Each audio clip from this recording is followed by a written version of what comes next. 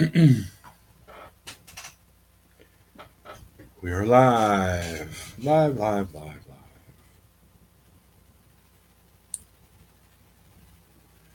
See if anybody jumps in here. I doubt it. You never know, though.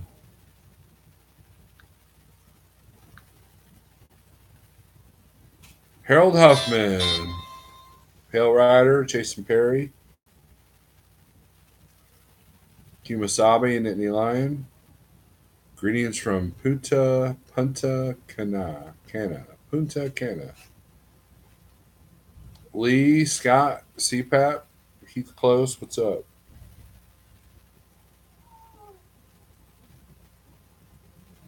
And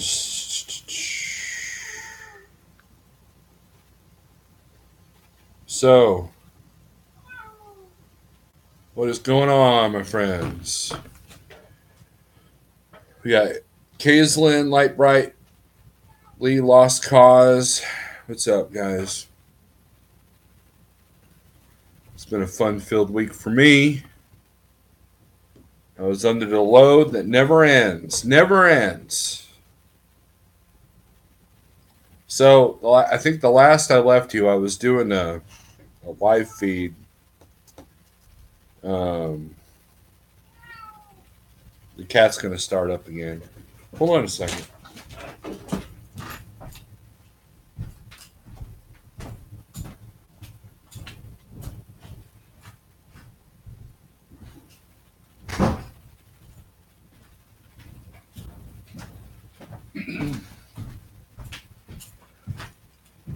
All righty, we're back. We're back. So, where were we? So, I was doing a live feed from the customer, and they had taken like 4 hours. Then I had a green light, like literally an hour after I was docked, and actually no, it was about 2 hours. And light went red, then it went green to show that it was empty.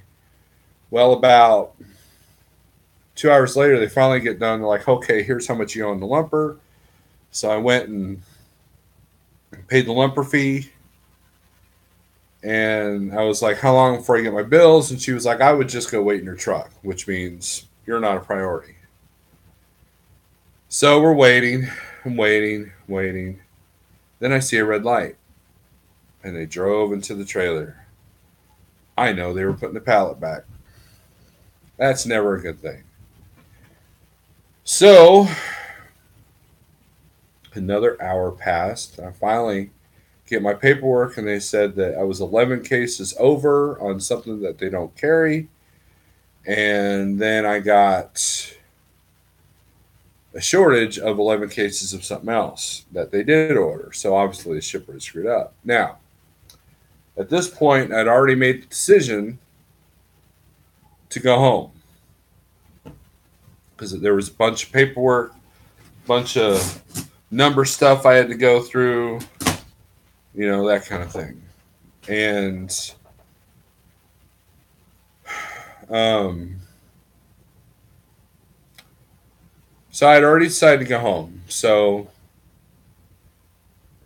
I tell the broker what's going on. I take a picture of the pallet. They put a whole pallet in there. Took a picture of the item because I had they needed the code, the UPC code, and all that. And they were like, well, we need you to take the Old Dominion in Edwardsville, Kansas. Now, mind you, I'm going back to Springfield, which is where this stuff came from. And so I go, can I just take it back to the shipper? Because I'm going home anyways. And they're like, no, because then it becomes another load, and we don't want to negotiate rates for a backhaul. I'm like, okay, understandable. She's like, however, we can make you, or can let you take it to Old Dominion in Springfield. I'm like, that works. I mean, I'm only going to get paid to go to Kansas City, but at least it wasn't that route miles. So I'm like, all right. So that's where I ended up at that Waffle House because Old Dominion is literally like a block, west of there.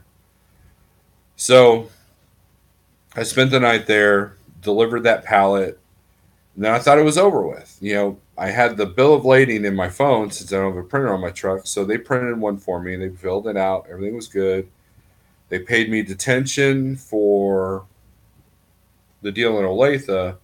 They paid me a $50 extra stop fee, and then they paid me the mileage from Olathe to Edwardsville, Kansas, and then they paid me what else? Oh, and then I think that was it. So I got some extra money out of the deal, and locked the cat in the bathroom.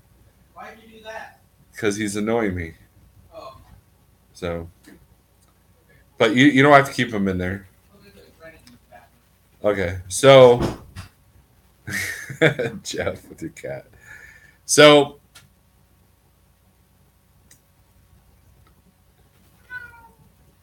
the part where it never ended is because I sat at Old Dominion for a minute. But then, after all is said and done, I'm sitting at home. The next morning, I get an email from somebody at Old Dominion.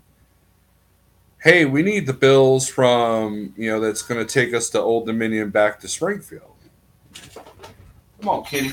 Go outside. And I'm like, how did you get my email? Well, when you sent us the email to print the bills, I got it from you. I'm like, well, why are you contacting me? You guys filled out the bill. That needs to be between you and the broker. And she was like, I said, do you want the email address? I'll give it to you. And she's like, no, just copy that and send it, to her or whatever. I'm like, okay. We try to have good customer service, so I did that. I'm thinking, man, this load will just not, end, so ridiculous. 3 days of BS just for one load. So it's amazing. One mistake of a guy going, okay, put that over there on that pallet, can change your whole day. And that's why I'm glad I don't have the high end cost, because sometimes when you lose a day like that, man, it could be costly. And I mean, it was, but at the same time, I'd already planned to go home. Now, if I was out and about somewhere else, going to Old Dominion in Kansas City wouldn't have been a big deal. But had I booked a load, that would have became an issue. So, oh, that cat needs protection. What are you talking about? Where's the cat? Cat's outside now, Jeff. Scott says he wishes he was home. So, now, Heath, you sent me something on Facebook Messenger. I did not look at it. Anybody who sends me anything on Facebook Messenger, do not be offended if I look at it, because that's how viruses and hacking is achieved. It's through Facebook Messenger. And they come disguised as videos or picture or article links. So no, I've got this guy. I'm not even friends with him on Facebook, but he knows me through the metal scene. He sends me about 10 links a month, and it's all just music related stuff. And I don't look at any of it. I'm like, oh, cool, and it shows that I've looked at it, but he's never said anything, so he just keeps doing that. So let's see, Music Trucker, what's up? What do you have? What do you mean? What do I have, Jeff? Are you talking to somebody else? It was a bit of a girl doing death metal. Oh, okay. I appreciate that. Really, really low growl. Yeah, there's some chicks out there that give guys a run for their money. I can't do the death growls anymore. When you don't do it for a long time, it's kind of like a muscle. If you don't use it, it kind of fades away. I can still sing, but I mean, depending on your opinion. But yeah, I can't do the growly stuff anymore. I would have charged $100 per stop. It's there's, if you follow rate per miles, Shane Ferris has a really good, like, he makes the broker sign an agreement on what they need to pay the carrier on detention, layover, and that kind of stuff. And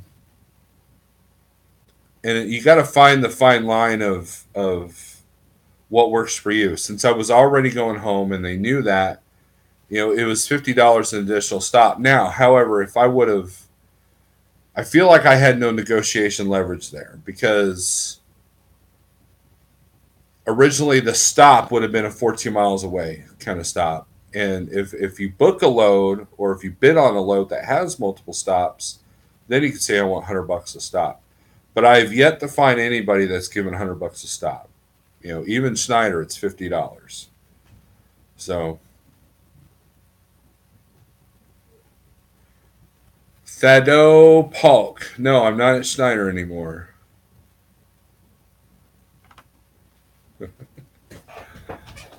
So,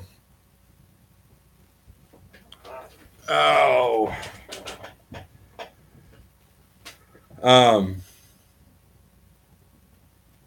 Mr. Bruno, how are you? Anybody who wants information or wants to get on with Jeff, email him at safety@liketrucking.com. He's still looking for other trucks, and he's put it out there several times. To answer the question about Snyder, I left Snyder in February, and because I wanted to get to the next step, there was absolutely nothing wrong with Snyder. I was doing well over there, and I have no issues with them whatsoever. But Jeff's given me a great opportunity, and it is paying off. So, yeah, was that you that texted me on the other phone there, Jeff? Talked to Elvin today. Elvin, if you're watching, dude, it's business, man. It's business. I appreciate that, Mr. Polk. But yeah, it's funny. I still get comments on some of my Schneider videos. I'm like, man, I can't believe you work at Schneider and you're only making $1 a mile over there and blah blah blah. I'm like, you obviously don't watch my videos. So he almost spewed soda when he heard Baby Metal. Yeah, okay, so let's talk about that. So Jay Cannell did a video of now I'm not sure what's going on with Jay Cannell. He's doing these reaction videos, and obviously his formula is still working because his sub count just keeps getting higher and higher. So I don't criticize the man, but I guess apparently a lot of people do. That's where the unsubscribe joke comes in. But he did a thing about K-pop, right? He did a reaction video to K-pop and how bad it was for the child industry there or whatever. And I knew that, like, man, I need to tell him about Baby Metal. And he did, and his reaction was exactly what I thought it was going to be. And then he did one about Gimme Chocolate, which that was even funnier. And Baby Metal is a tough subject in the metal world. There's a lot of people that just despise them. And my kids love them. And there's absolutely, the musicianship is awesome. But it's definitely, definitely a different turn. It's a different blend. So right on, Jeff. Right on. Elvin, if you're watching.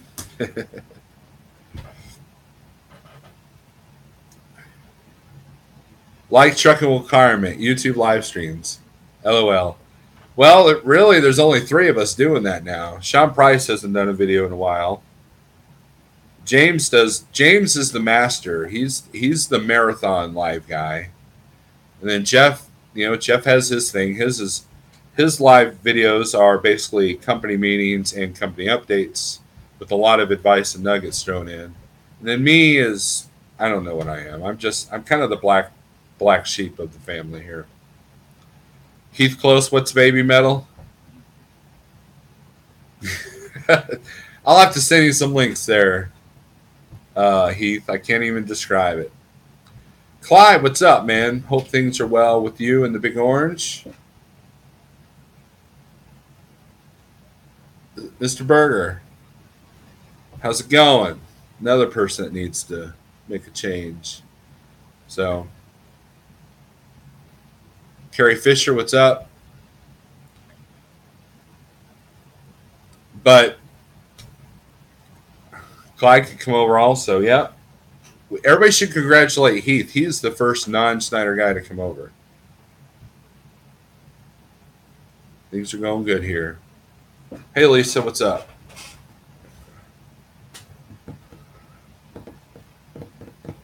So, um, do you think heavy metal can make a comeback? Diesel the Weasel.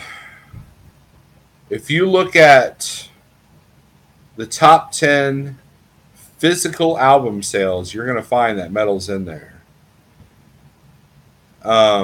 Metal is one of the genres that still sells physical CDs, records, and there's just a vast array of music out there now. So I've never been one to follow trends, so I don't care if metal comes back or not.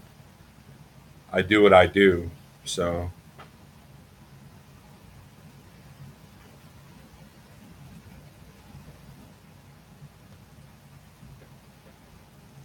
so this won't be a long video. So I gotta go pick somebody up. I left my wife. Let me make a response here. Give me a food. And let's see here. Okay. It's sending me Netflix links. Let's see. We'll have another non-Steiner next week. 19 years at his last company. That's awesome. But anyways, back to Diesel's question. I don't like a lot of the new modern bands anyways. I'm more of an old school guy. But like Judas Priest just came out with a new album. It's doing well.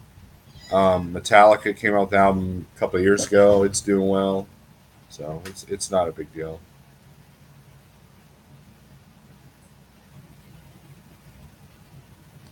So one of the things that Heath Close, Judas Priest has new album. I'm trying to remember the name of it. So, anyways, anything you guys want to talk about besides baby metal and that kind of stuff? I know a lot of you guys just watch because of the trucking stuff.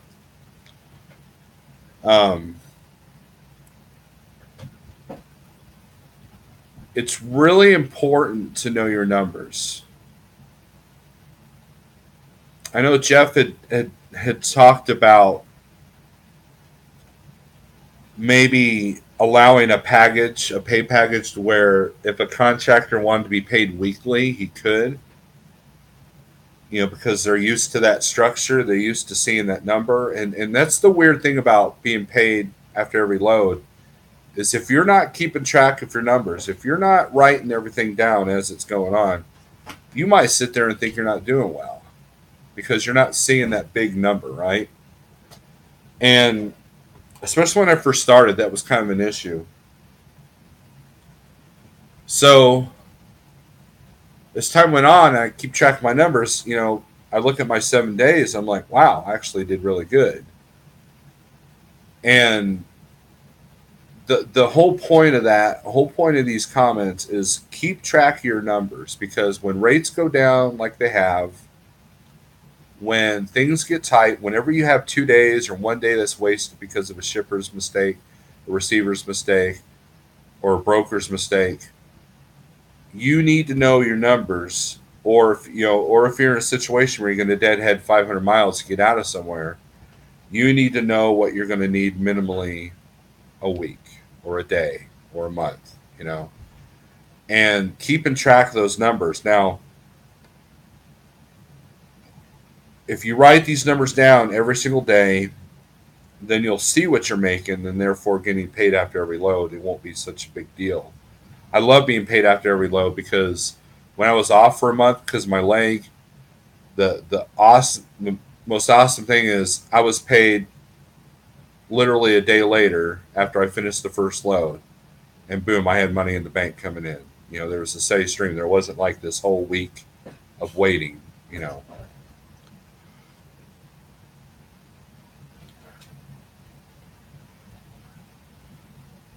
Pale Rider says, "How's the new headset?" I love this new headset. Let's talk about that. This is the Plantronics Voyager. I love this thing, and people who have talked to me, they love it too. Guys, I'm only charged just once since last Wednesday, and I can turn it on now and it'll say power high.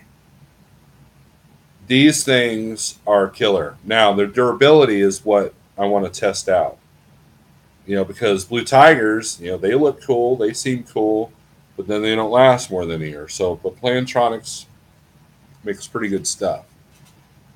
So there's my review. I was going to do a review video, but a couple other people are already doing it. Pale Rider did his. So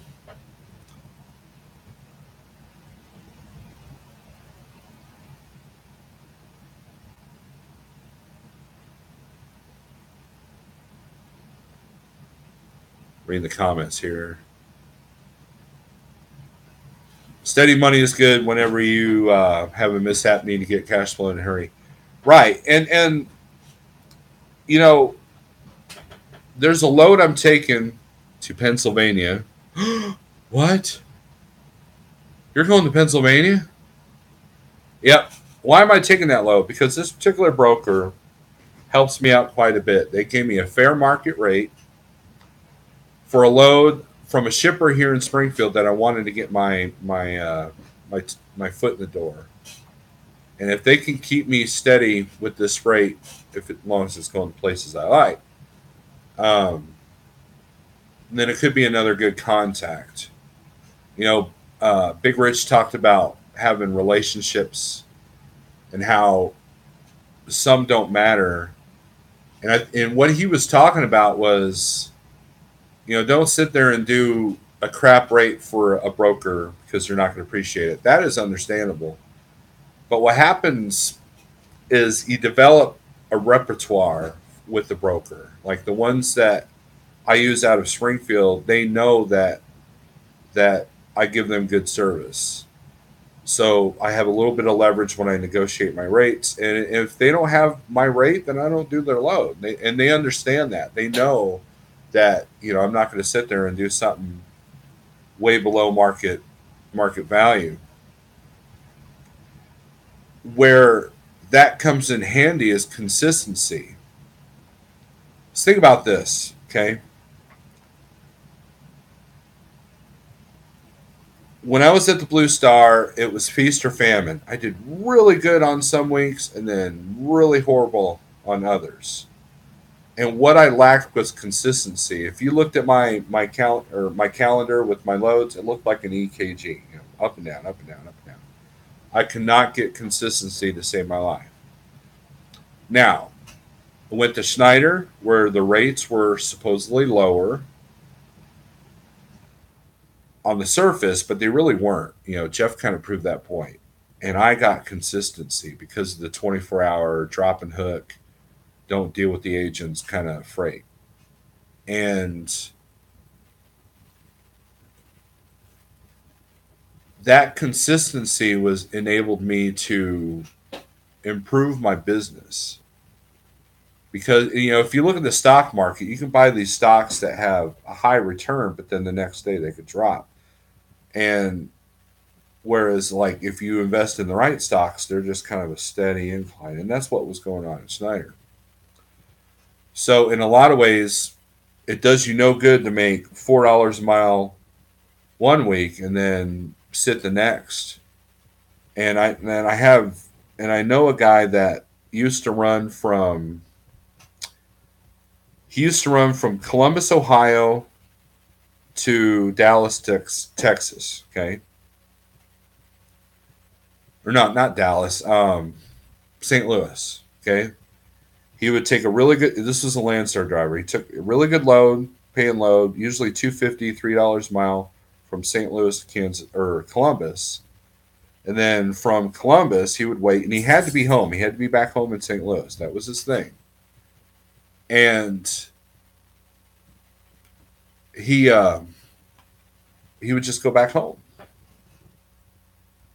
And I tried to convince him. We were both at Landstar together. You know, I don't judge people. I don't like, you can do whatever you want. I'm not going to sit there and badmouth you for, you know, you need to be home. You need to be home.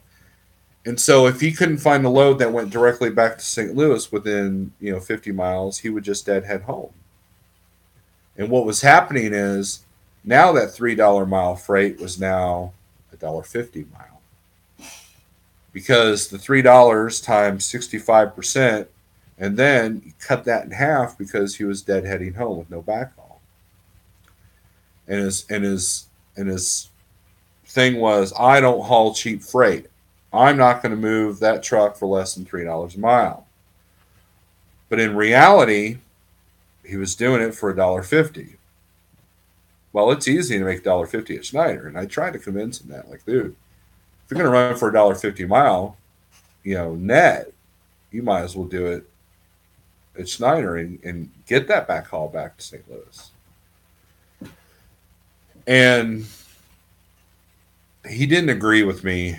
And last I heard, he's not even driving anymore. So you got to find the fine balance, because you don't want to move cheap. You don't want to move below your cost. You really don't. And you want to be careful what areas you go in, because what I used to do, and this is by experience, this is not me saying don't do this, Mara. I would need some quick money. So, trip to Denver, trip to New Mexico, a trip to Florida, and those were quick, easy money because it was good going in. But getting out of there, if you go to Denver, you're looking at least 400 to 600 miles from either Hutchinson, Kansas, or Kansas City area.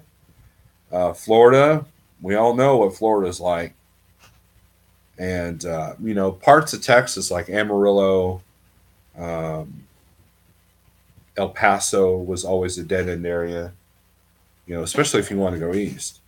But when you see that good money, it's hard not to take those loads. And the problem is, and here's what I do. So, like, for example, if I do a load that goes from Springfield I did a load last week where I did St. Louis to Oklahoma City. Well, it was a couple of weeks ago. It was before the funeral of my friend, right? And I deadheaded home all the way back to Springfield because I couldn't find anything I needed that got me back to Springfield. So that's about 200 and something miles, right? So what happens is if I take a load directly out of Springfield, which I did, the next load, now that load has a 200-mile deadhead.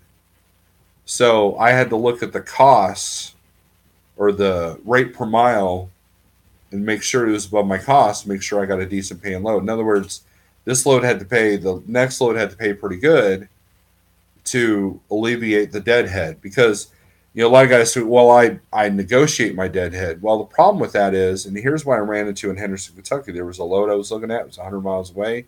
I called up the broker, and I told the broker that, well, I need a little bit extra for my deadhead. He's like, I'm not going to pay you deadhead because I've got 50 trucks that are probably in the area that are willing to take that load. And I wasn't mean about it. I was like, okay, well, I understand. And I realized that I had no leverage at that point. So, we ended the negotiation right there. And so I'm not afraid of deadheading. I mean, I've gone as far as, 300 or 400 miles home. But the problem is that next load or the current load, if you want to put the miles towards it, now you're going below what you said you wouldn't go below. See what I mean?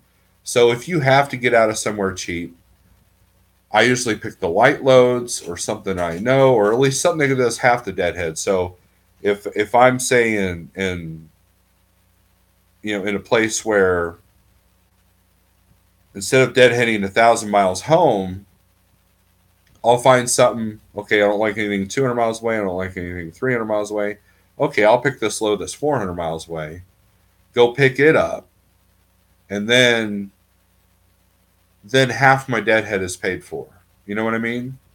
And so what that does is it creates this consistency because in the spot market, it's real easy to get into the feast and famine thing. You know, where you do five. You know, if you do $10,000 one week, then you only do $2,000 the next week. I would rather make a steady five each week versus that fluctuation. And that's what Schneider did over Landstar for me. Now, of course, Landstar, the rates are through the roof right now, and people are doing well there. And I don't discount that. But when I was there was a recession going on. And so that consistency becomes important. And that's where relationships with these brokers come in. If there was a recession that started tomorrow, I know that I can have consistent freight, even though it might be below market, it will be consistent. And that's what a lot of owner operators have done in the past. In survival mode, is they'll go with a mega carrier doing power only, is to to keep their heads above water. And that's why it's important to keep your costs low because when it comes time to sit because you don't want to move because the market sucks, you can afford to. If you have an issue with something going on with the load like I did, it doesn't hurt you as much. Let's see here. Wow. Holy crap, I need to look at this chat more. Talk about Whoppers. Okay.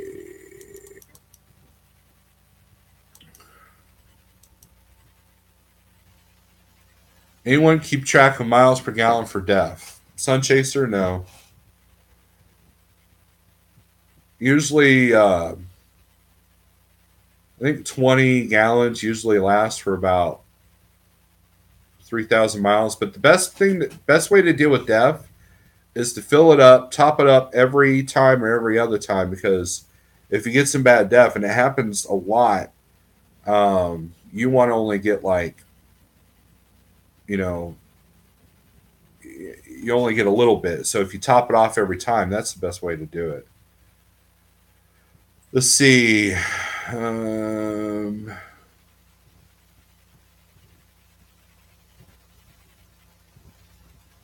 Jeff gave me $1.99.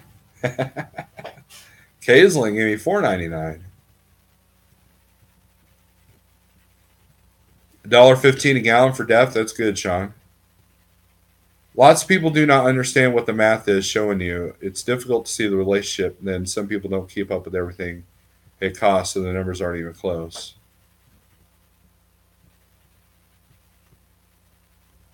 Let's see.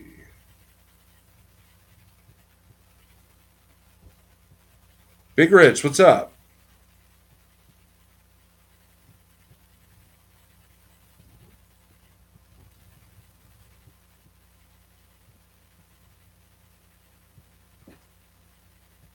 Sean says deadheading cost me $1.26 a mile.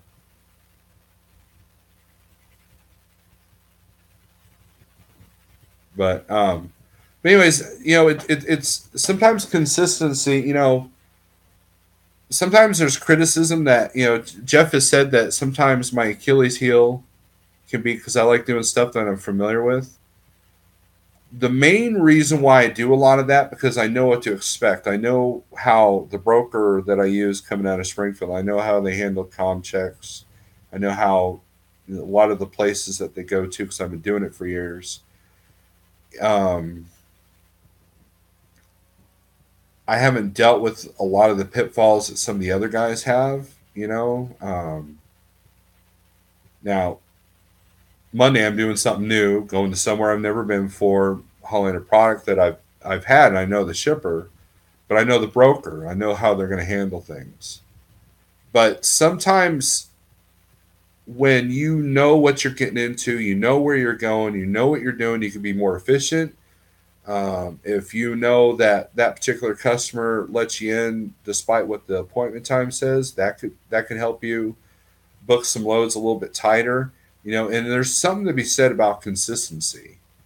And now, mind you, I love the peaks. Don't get me wrong. I mean, I've had really good weeks here, but at the same time, I'm content with doing stuff still above market value or right at market value, and just you know, I don't know. It's hard to explain, but that consistency is big with me, and and that was one of the reasons why I preferred Schneider over Landstar.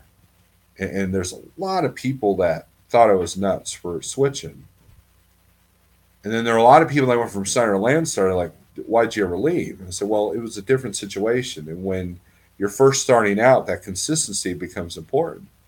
So, for those of you who get mileage pay and are dispatched, that consistency is real important for you. And but you're able to make it with that less rate per mile than what you might get in the spot market. So what happens is I get way above what I was getting at Schneider, and I may not be getting these 350 $4 mile stuff unless I'm doing something short. However, I've yet to deadhead less than 200 miles or less than or more than 250 miles, for the next load. And so sometimes my Achilles heel can be my best weapon. So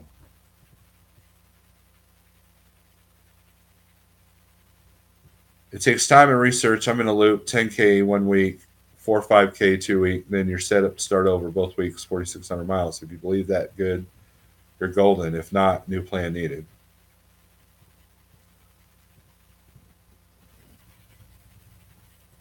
You're very consistent. He delivered all. Pappy's the most consistent one out of all of us. Big road, little truck. What's up? I've got to work harder on mileage than I ever have to on percentage. Right. Well, that's the golden goose is to come over to the getting paid by by the load, not by the mile. But either way, consistency is great because like I said, it does you no good to make $10,000 one week and then nothing the next. Or there's a lot of guys that I ran into at Landstar that they'll run 1 week or 2 weeks and then they would take the rest of the month off, and because they made so much money the first 2 weeks. And trust me, it's easy to get in that pattern. Trust me, I've been there, I've done that. Okay. However, the agents look at that and they say, wow, this dude doesn't like to work. And they would, why do you think that most, if not all, lease purchase plans are weekly? Because that keeps you working. That keeps you working. And to me, again, like, I'm still only averaging about 1,800 miles a week. I'm not working that hard, but I'm trying to get consistency, and that's hard to do in the spot market. However, if you find a good lane, a good groove, some good brokers, there are times when I've gone a whole week without looking at the load board because they're calling me, hey, you in Springfield? Yep. Okay, we got a load going here. And then we got a load coming back if you want it. Cool, I'll do it. So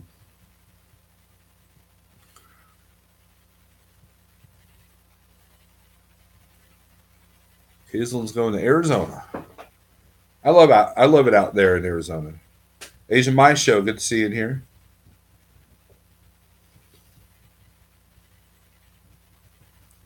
And the important part is too is look at your daily rate. Um, if you need $500 a day and you do a load that takes you 1 day that pays $1,000 net, then that gives you some cushion for the next load. Gives you some cushion to deadhead maybe for a day to get somewhere. As long as when you divide it out, it becomes $500 a day.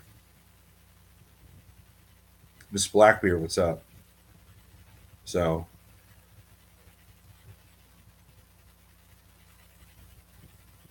anyways, that's the only bit of advice I've got. Big Rich had some really good things to say about relationships with brokers, and there's like, yeah, you don't want to do crap rates for a broker because later on they're gonna be like, oh, I don't remember that. However, have some in your back pocket for when times do get tough, and they can create consistency when the market drops. That's the important part, and that's what I've done. Like I said, the brokers that I have relationships with, they all know that I won't move. Like for example, one of the brokers that I did the power only. You guys, if you guys watch, you know who I did the power only for. They know that there are there are loads that I won't do because they're not where I need them to be. And when they do call me, they know that we're going to talk business. But it's not like I'm doing their bad rates just to remain friends with them or anything like that. Um, but if the market drops out tomorrow, which it won't, but if it did, they're my ace in the hole. You know, so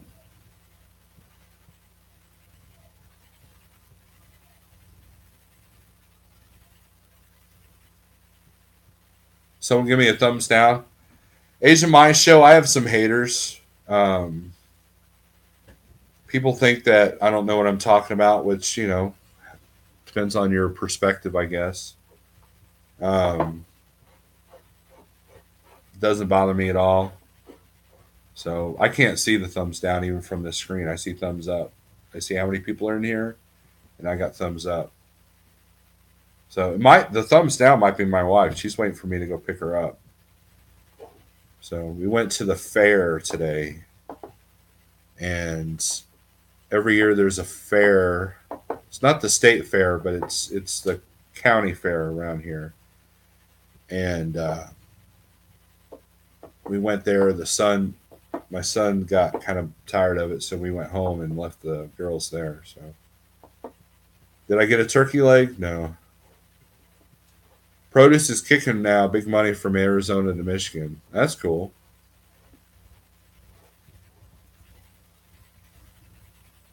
When is the Dallas Truck Show? Are you going? I think it's the third weekend in August.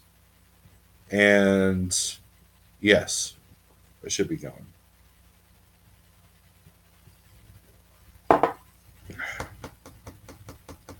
Getting out of Dallas is going to be fun with everybody looking for loads out of there. I know last year I went and I ended up deadheading about 200 miles to pick up a load out of Tulsa that went directly to where I needed to go. And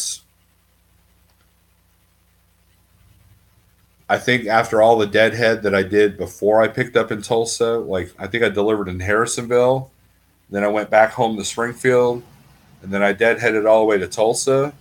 I think the net on all miles was like 87 cents a mile. So that's better than the deadheading, I guess. It was a light load. It was like paper towels or something for Schneider. So post some good vids and pics for us that are going. This year I've got my GoPro. Last year I had the Samsung camera and I did two vlogs. I did footage with that camera and I did footage with my phone.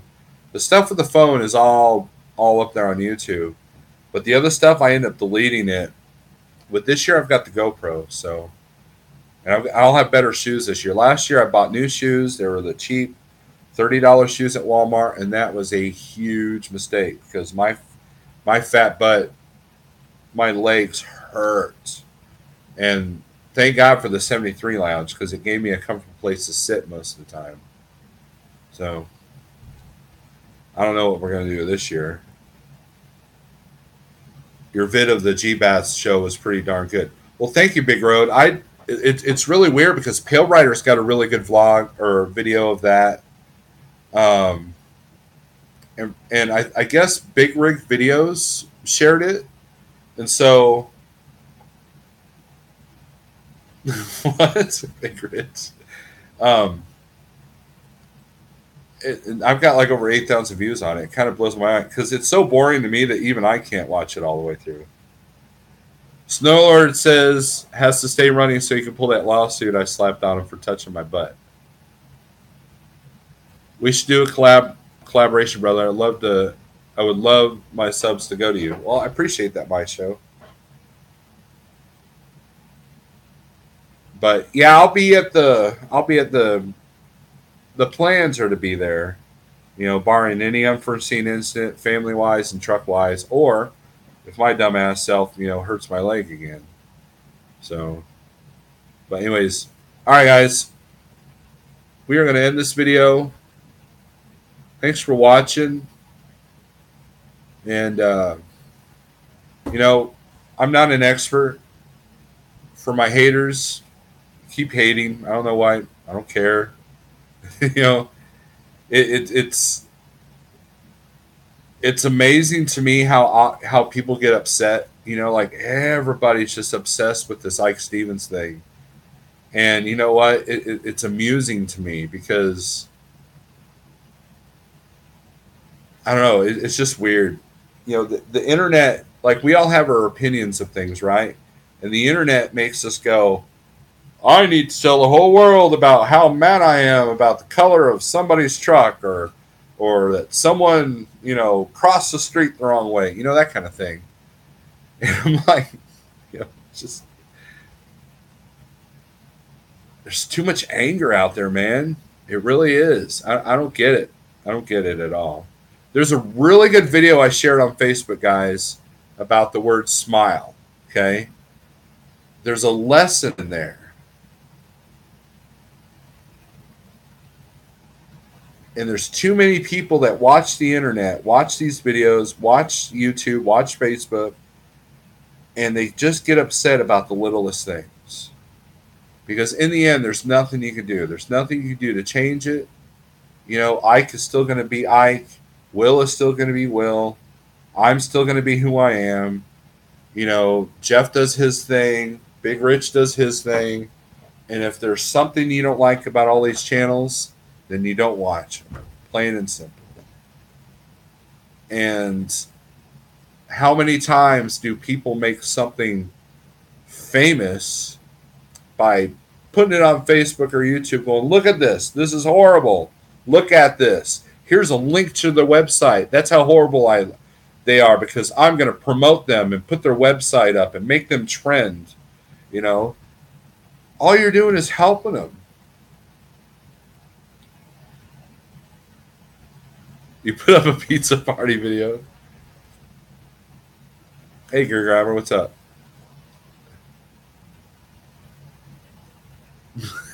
Big Rich. You got a pigeon trying to steal. Man, you got to watch the pigeons, man. Or, no, it's the seagulls you really got to watch. I remember one time I was sitting there in Florida. I was eating some French fries because, I eat healthy like that. This is years ago. And the seagulls were hanging out, right? So I put my hand out, and they would fly and snoop it right out of my hand.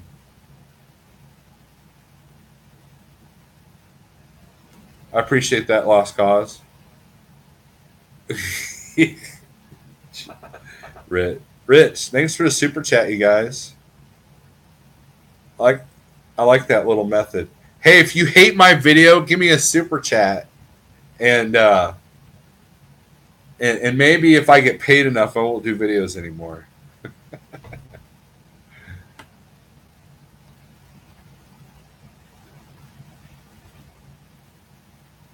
Okay, good deal, Gear Grabber. Yeah, Jeff was telling me about that.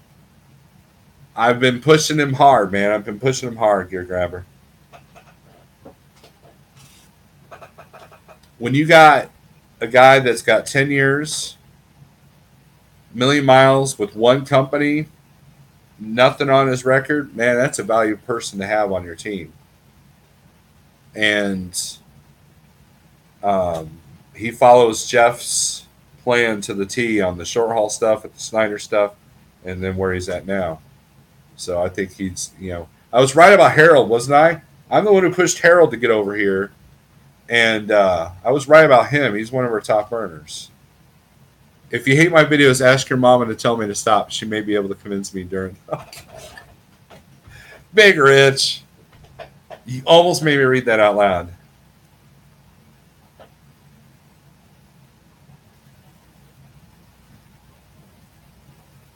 Black Smoke, what's up? You're new here. All right. Super hate. Sky rats. Yeah, that's what seagulls are. Watching the birds pick the grill clean on my truck, picked up a big butterfly collection. How's Harold doing with the clutch? Benjamin, he's had to replace that clutch. Luckily, it's not as expensive as it was for me. What's the format here? There is no format, Big Rich. Heath Close. I'm beat 141 miles today. Welcome to Like Trucking there, Mr. Close. Welcome to Like Trucking.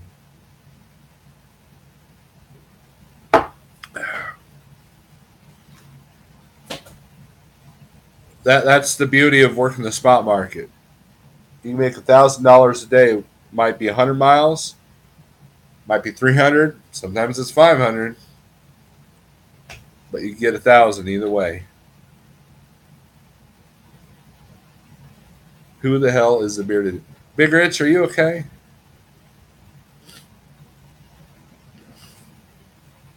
Hazelton did 500 miles. Now I say this, but my load in Pennsylvania, I'm going to be like a real trucker. I'm going to have to do more than 500 miles a day to make it happen. Can you believe that? Man.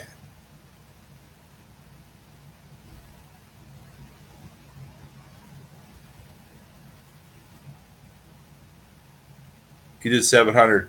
But man, once you get on 70, Big Rich, it's flat all the way down there.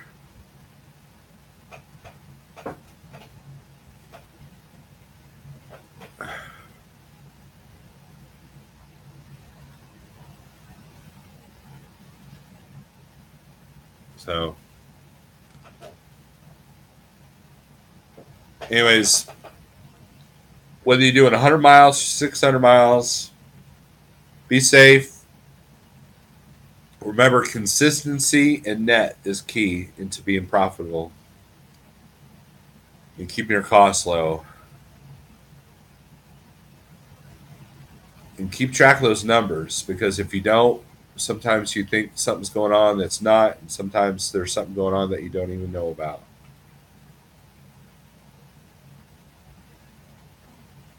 So, with that being said, guys, thanks for watching, and we'll see you on the road. See ya. Thanks for the super chats, by the way. Peace, brother.